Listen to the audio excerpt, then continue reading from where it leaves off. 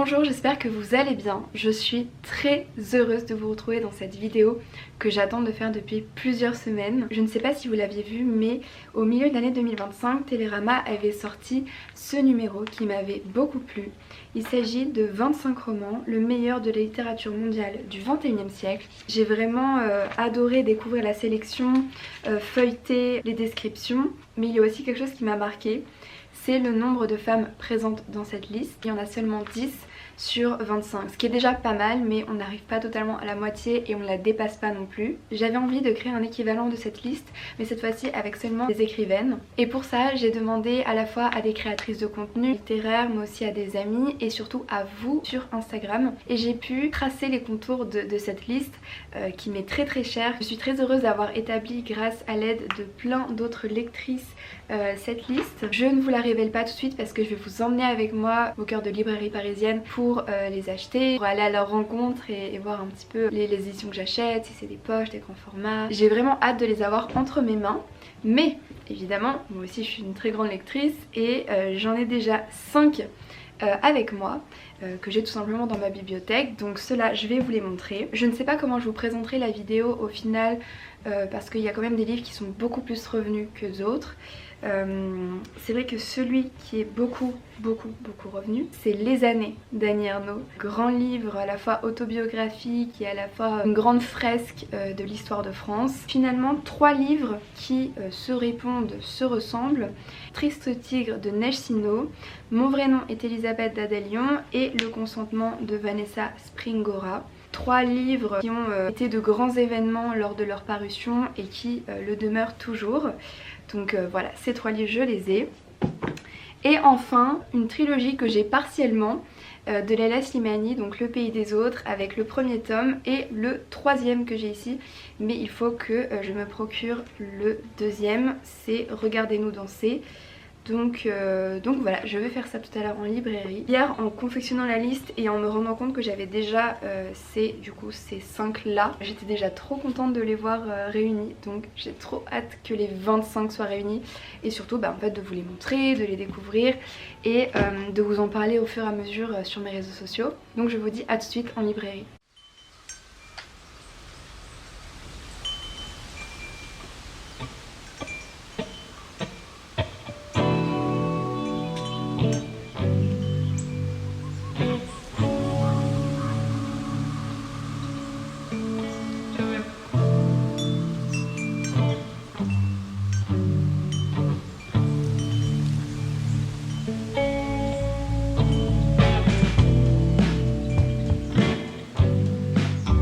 Je viens de sortir de chez Gibert et j'ai acheté énormément de livres, je pense au moins 17-18. Je les ai pas tous trouvés chez Gibert, donc la semaine prochaine j'irai dans une autre librairie. Et regardez tous les livres qu'il y a dans mon sac. Je vous montrerai tout à l'heure en rentrant.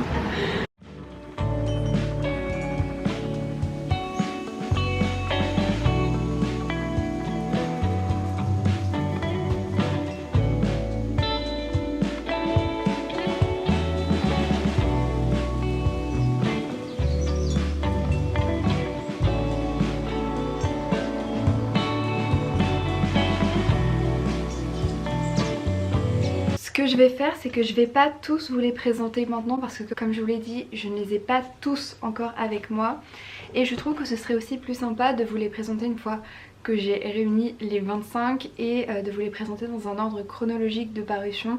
Et ça, il faut encore que je travaille dessus parce que j'ai un peu mis ma liste absolument au hasard pour en tout cas récupérer tous les livres. Je suis très contente parce que regardez-moi ça, Regardez-nous danser, le 2e tome de la trilogie, donc là je suis très contente d'avoir complété cette trilogie. Donc comme vous avez vu tout à l'heure, j'ai commencé La joueuse de Go. En ce moment je lis un autre livre dont on parlera dans le prochain book club avec mes amis. Mais là voilà, j'ai commencé La joueuse de Go et honnêtement j'adore et je comprends beaucoup aussi pourquoi il a eu le prix Goncourt des lycéens. Et c'est vrai qu'on en parlait avec mon ami Mathis. En général les prix Goncourt des lycéens sont des romans extrêmement bien construits et aussi très compréhensibles. Parce que quelquefois il y a des écritures qui peuvent être, des écritures et même des thèmes qui peuvent être un petit peu obscurs. Et là c'est vraiment magnifiquement construit. J'aime beaucoup l'alternation aussi des points de vue, enfin j'en suis vraiment qu'à la page 50, mais c'était vraiment un plaisir de le découvrir tout à l'heure. Je suis tombée sur ce roman et je vais vous avouer un truc. Ce roman là, il est dans la liste Télérama, mais il n'était pas du tout dans la liste finale des 25. Là je le vois en grand format, en plus d'occasion, il coûtait 7 €. Quand je l'ai vu et que je me suis mise à lire la 4e de couverture, donc Nancy Huston qui dit « Un vrai chef-d'œuvre, une merveille. J'espère que tous les lecteurs du monde, les vrais, liront Purge. » Et là je me suis dit, bah, en fait il est pas dans la liste des 25, mais comme il est dans Télérama et comme il y a cette phrase qui m'a vraiment convaincue, et que au final j'aime beaucoup aussi les éditions stock dans la Cosmopolite, je me suis dit bon, je vais le prendre. En plus ça rajoute aussi un petit peu de littérature nordique. Oh, ah bah voilà, super, j'en ai acheté 17 et alors il y a vraiment souvent des pavés, honnêtement. Ça va être une année de lecture extrêmement dense, regardez-moi ça. Me revoici quelques jours après les premières séquences. Alors aujourd'hui, comme prévu, je vais aller chercher les 3 titres qu'il me manquent à l'écume des pages et je vous emmène avec moi.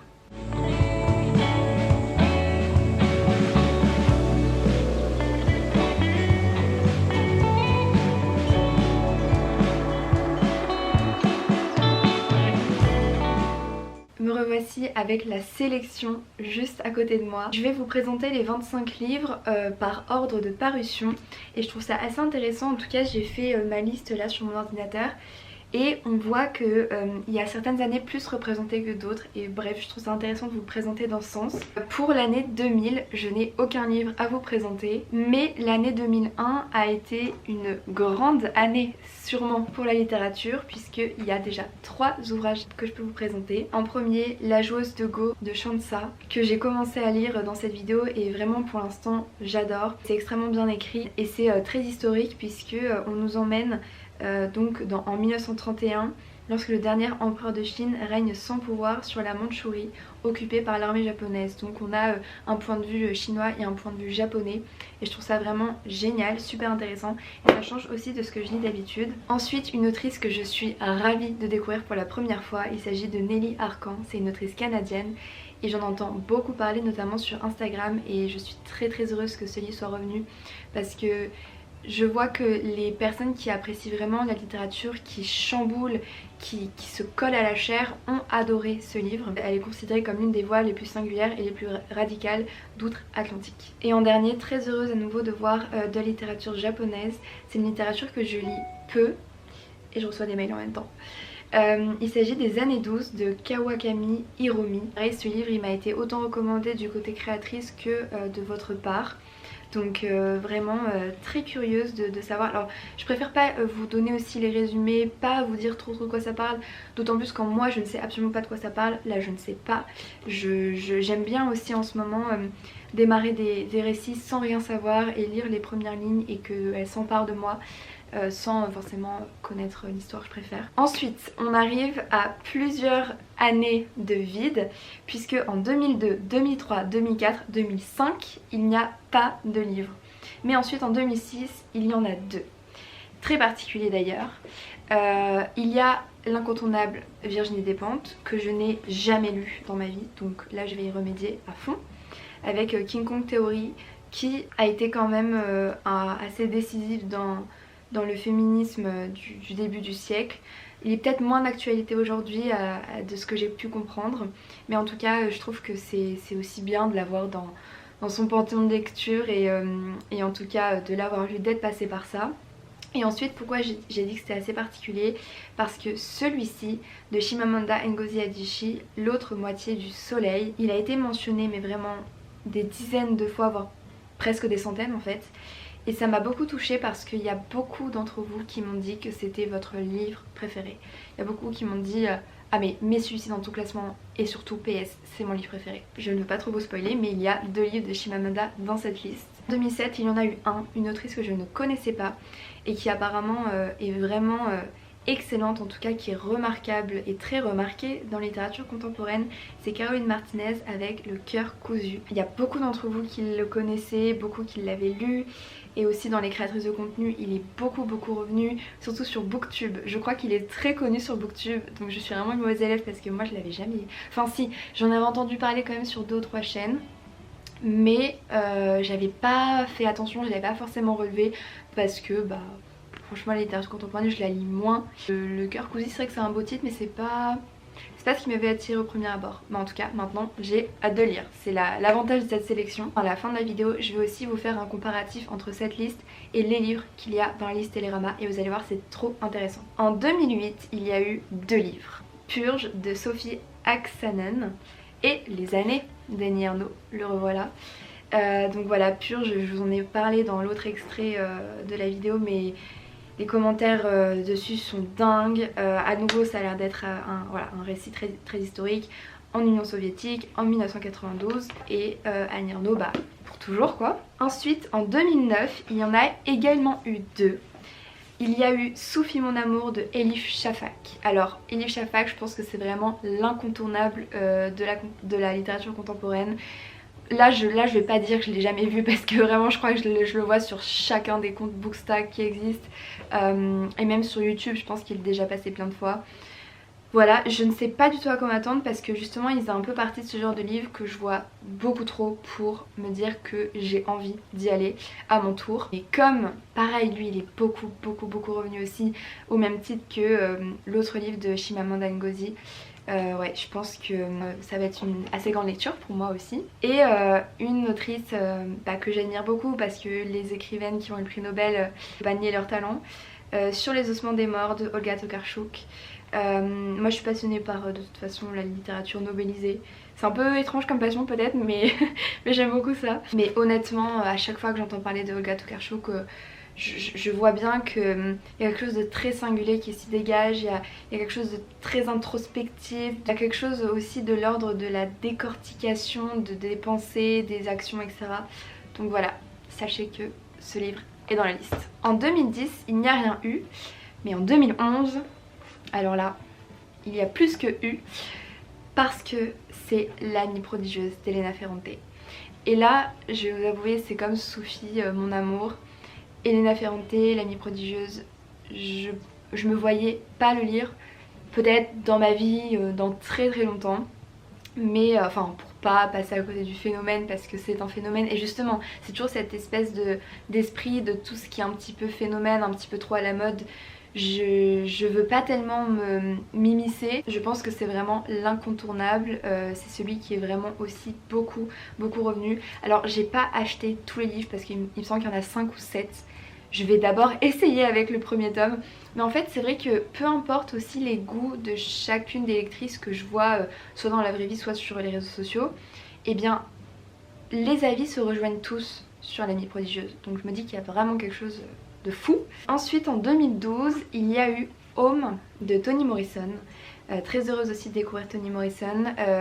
Alors ça pour Toni Morrison j'aurais pu choisir vraiment 5 titres à elle parce que vous avez été très nombreuses à m'en donner vraiment plein et je suis partie sur Home parce que j'avais l'impression qu'il était un tout petit peu plus revenu que les autres et aussi je sais pas le fait qu'il soit assez court, cette couverture là elle me plaisait donc voilà j'étais dans la librairie et je me suis dit pourquoi pas prendre celui-ci plus tôt. Et Home je trouve ça bien aussi comme titre, comme terme, on a envie de savoir ce qui s'y passe et Home pour une femme ça en dit beaucoup aussi. Donc voilà, j'ai hâte de voir. Ensuite pour l'année 2013, à nouveau une très grande année pour la littérature puisqu'il y en a 3. Donc l'incontournable Americana. Ça c'est un livre que je voulais lire dans ma vie parce qu'il y a beaucoup trop de personnes qui me l'ont conseillé, surtout aussi des écrivaines avec qui je discute et qui m'ont beaucoup conseillé. Ensuite, La fin de l'homme rouge de Svetlana Alexievich qui est quand même un gros pavé.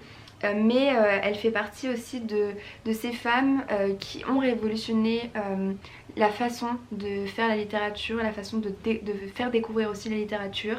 Et je trouve aussi que ça résonne d'autant plus avec toute cette littérature qu'on voit qui est un peu hybride et qui me plaît vraiment beaucoup. Donc ça c'est un recueil de témoignages de personnes qui ont vécu l'Union soviétique. Et Joan Didion avec Le bleu de la nuit. Puisque vous avez sûrement vu la vidéo de mon book club avec l'année de la pensée magique que moi j'ai pas tellement apprécié. Je m'attendais vraiment à ce que ce soit une lecture exceptionnelle et ça a été une assez bonne lecture. Mais je suis tombée de très haut, donc ça a fait vraiment baisser mon estime, en tout cas pour... c'est dur de dire ça, mais pour Joan Didion et en même temps pour l'envie de découvrir son œuvre. Mais Le Bleu de la Nuit est beaucoup revenu. C'est aussi une manière de soit me réconcilier avec Joan Didion, soit ne pas me freiner à découvrir un peu plus son œuvre. J'étais destinée à au moins en lire un ou deux de plus de cette autrice, donc c'est parfait. Ensuite, en 2014, il n'y a rien eu, mais en 2015, il y a eu ce livre. Les Argonautes de Maggie Nelson. Je n'ai encore jamais lu Maggie Nelson et je suis très heureuse de la découvrir avec ce livre-là. C'est vrai que, waouh, à nouveau ça a l'air d'être une littérature très hybride, éditée par les éditions du Sous-Sol que j'adore. Donc voilà, ça promet à nouveau. Il y a marqué un livre événement. The New Yorker a dit le portrait exceptionnel d'une relation amoureuse, de la collaboration entre le cœur et l'esprit, et dans les meilleures ventes du New York Times. Ensuite en 2016 il n'y a rien eu, mais en 2017 il y a eu deux très gros romans dans tous les sens du terme. Il y a eu Gabriel de Anne et Claire Berest. Alors celui-ci je connais un petit peu l'histoire parce que Mathis m'en avait parlé. Il me semble que c'est sur leur arrière-grand-mère, Gabrielle Buffet, une jeune femme de 27 ans, indépendante, musicienne, féministe avant l'heure, qui rencontre Picabia, un peintre à succès. Elle devient la femme au cerveau érotique qui met tous les hommes à genoux, dont Marcel Duchamp et Guillaume Apollinaire. Entre Paris, New York, Berlin, Zurich, Barcelone et Saint-Tropez, Gabrielle guide les précurseurs de l'art abstrait, des futuristes, des dadas, toujours à la pointe des avancées artistiques. Ce livre nous transporte au début d'un XXe siècle qui réinvente les codes de la beauté et de la société. Pour ce livre, tout le monde a été vraiment dithyrambique. On m'en dit que du bien. On me dit que c'est tellement prenant, que c'est tellement envoûtant. Et en même temps, ça ne peut que me plaire puisque c'est sur l'art, le marché de l'art, la création, les artistes, des femmes, des féministes, bref, tout ce que j'adore. Et ensuite, Alice Zeniter, L'art de perdre. Honnêtement, j'ai jamais eu non plus l'idée de lire ce livre. Mais j'ai écouté Alice Zeniter dans un podcast de Victor Tuaillon. Et en fait je me suis dit, cette femme a l'air tout simplement génialissime, très inspirante. Et je me suis dit en fait je comprends pourquoi L'art de perdre a eu autant d'impact, autant de lectrices et de lecteurs. Et pareil, je ne sais pas du tout de quoi ça parle. Je crois qu'on avait fait un résumé mais j'ai tout oublié. Donc c'est parfait. Mais Alice Zeniter a un esprit qui a l'air tout à fait brillant, inventif, créatif, très féministe aussi, donc j'ai trop hâte. Ensuite en 2018 il y a eu Ça raconte Sarah, en plus édité aux éditions de Minuit, promet de me plaire. C'est un récit lesbien. Alors ce livre là je le vois vraiment beaucoup passer sur les réseaux sociaux et je pense que ça va me plaire, il y a beaucoup de chances que ça me plaise. C'est aussi une manière très singulière d'écrire sur l'amour, sur la sexualité, sur le lesbianisme. Ensuite en 2019 il n'y a rien eu, mais en 2020 deux livres assez immenses par leur portée.